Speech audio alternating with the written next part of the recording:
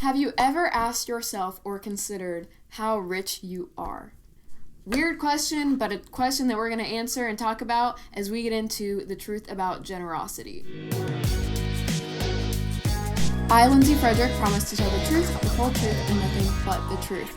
I think a lot of us will be surprised to hear that we are rich in comparison to the rest of the world. I want to talk about this in order to show that we really truly do have way more to give than we think. On this website I found, looking into generosity, it's called givingwhatwecan.org.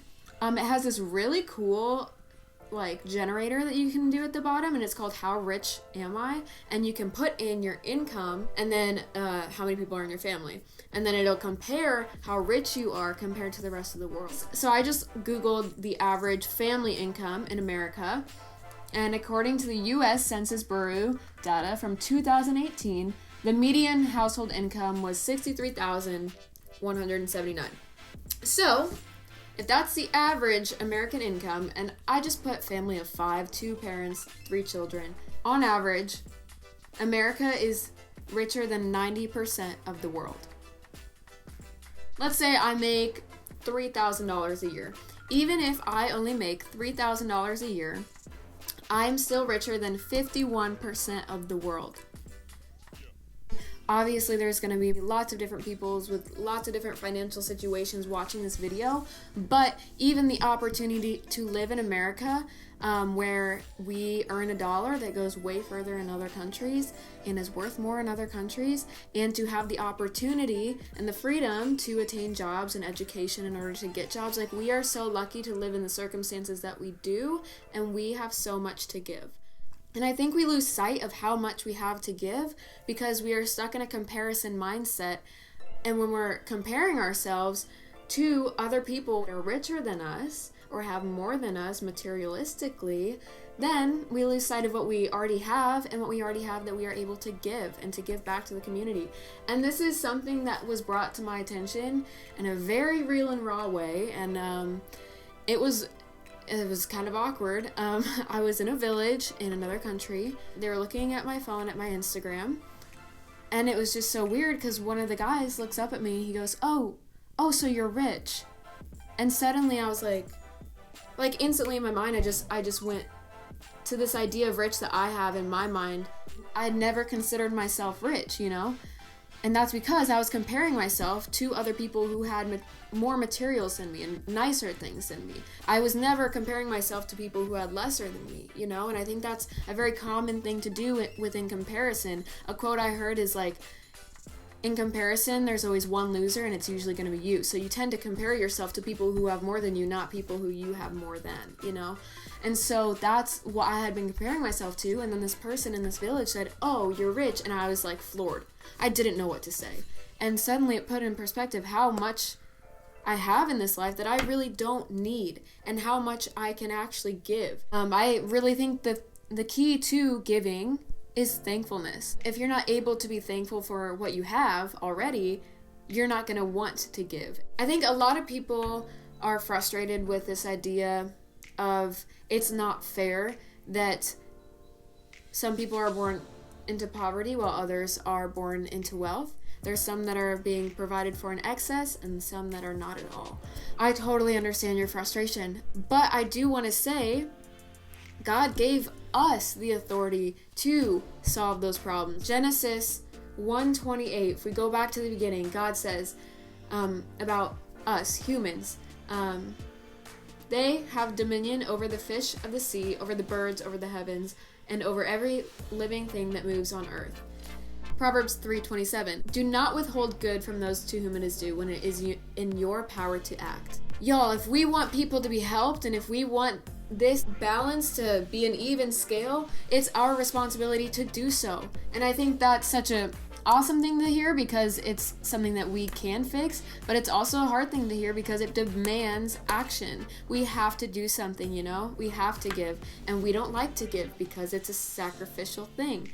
So how do we mend this gap? And that would be to give effectively. If we truly want to be helping the world, wouldn't we give our resources to programs that are doing the most good and having the most impact. An article on the GiveWell website, which I'll talk more about this website later because it's awesome, but it says, charities raise money based on their ability to market themselves and fundraise, as opposed to their ability to change lives. Because charities aren't being held accountable based on impact, there are probably a lot of charities that continue to raise and spend money but don't have any difference at all. So, if you go to this website, you will see that there's very little study to show the impact of charities. And so we don't know if some of the charities are effective. And so this website, actually, these people that have made this website are actually going in and they are evaluating how impactful specific charities are, and then they also give a list of the 10 most effective charities that are making the most impact. What is the most effective way to give? The most effective way to give is to give money.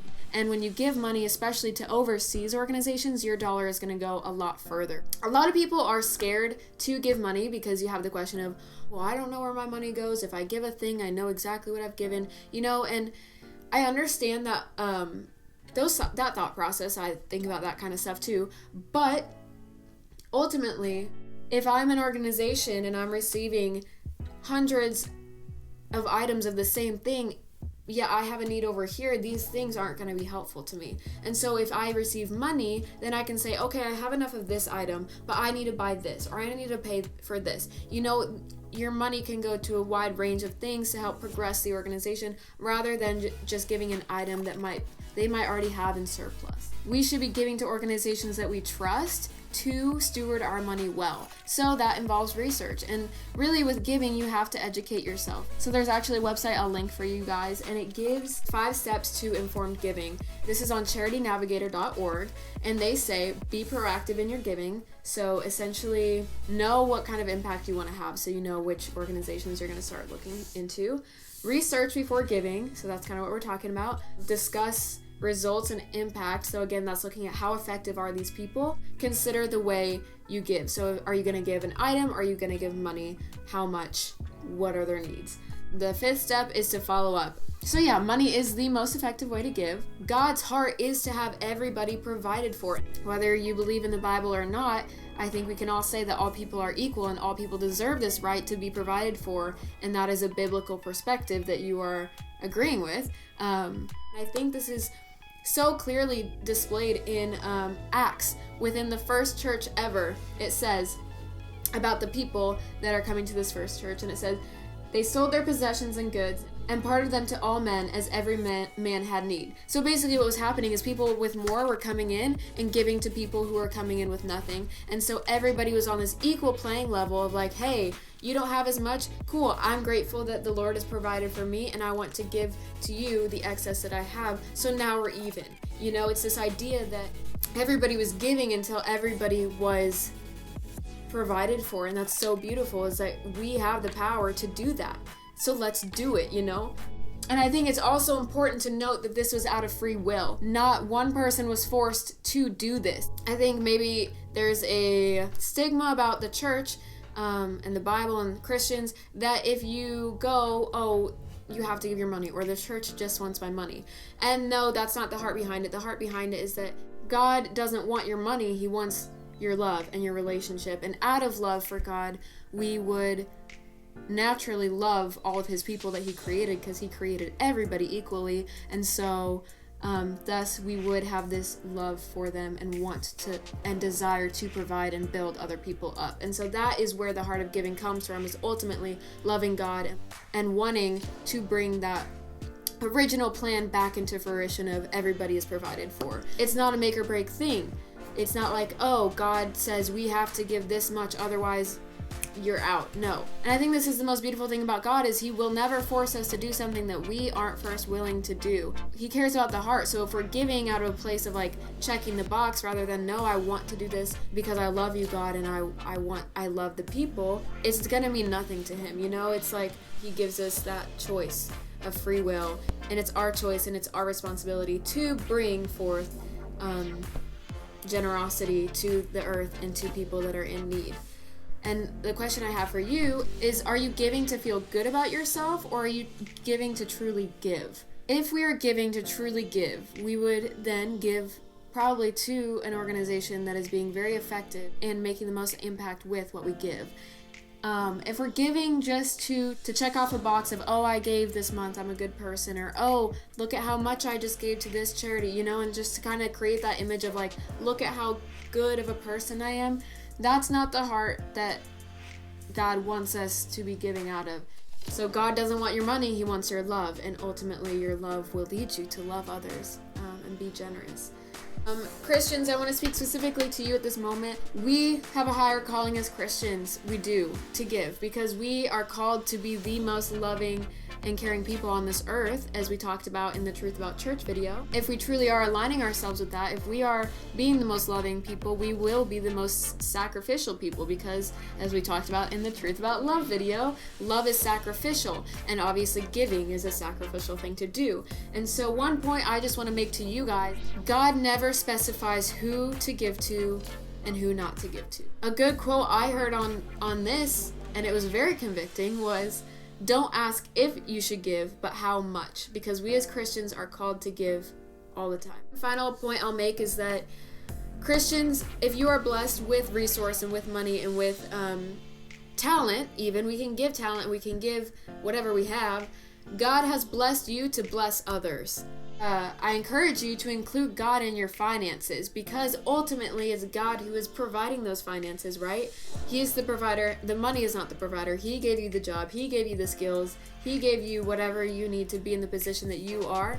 And He asks us to be generous so that He can see all of His people to come to know Him and be provided for. Jesus is our example of how we are supposed to give, how we are supposed to give generously. He went as far as to give His life for us.